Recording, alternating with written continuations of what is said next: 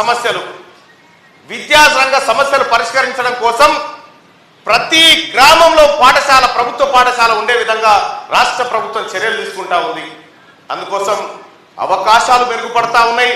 చదువుకునేటువంటి వారికి అవకాశాలు కూడా, ఉద్యోగ అవకాశాలు కూడా మెరుగుపరిచే విధంగా రాష్ట్ర ప్రభుత్వం వ్యవహరిస్తూ ఉంది. గతంలో చాలాసార్లు చూసినాం, ప్రైవేటు వ్యవస్థ అంటే పల్లా రాజేశ్వర్ రెడ్డి గారి వ్యవస్థ, పల్లా రాజేశ్వర్ రెడ్డి గారి యూనివర్సిటీ. ఏమైంది? ఇవాళ పల్లా రాజేశ్వర్ రెడ్డి గారు పట్టభద్రుల ఎమ్మెల్సీ అయి గెలిచిన తర్వాత, అది దొంగ ఓట్లతోనే గెలిచిన మీ అందరికీ తెలుసు. ఆ రోజు మీరంతా కలిసి తీన్మార్ మల్లన్నకు ఆశీర్వదిస్తే ఇండిపెండెంట్ గా కేసీఆర్ ప్రభుత్వాన్ని 7 చెరువుల నీళ్లు తాగించినటువంటి సందర్భం మీ అందరికి తెలిసిందే. అయితే ఆ రోజు బోగసొట్లతో గెలవడం జరిగింది. గెలిచినటువంటి పల్లా రాజేశ్వర రెడ్డి గారు ఎన్నడన్నా ఒకనాడు ఈ ప్రైవేట్ టీచర్ల బతుకులు ఎట్లున్నాయని ఒక్కసారన్నా తొంగి చూసిండా?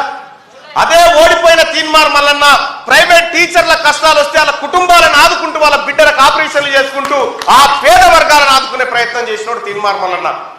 ఓడిపోయినా బాధ్యత నుంచి తప్పుకోలే. రేపు రాబోతున్నటువంటి పట్టభద్రుల ఎమ్మెల్సీ ఎన్నికల్లో నేను ఈ సంఘానికి, ఇక్కడ సంఘం బాధ్యులకు హామీ ఇస్తా ఉన్నా, తీన్మార్ మల్లన్న మీ సంఘానికి అండగా నిలబడతాడు.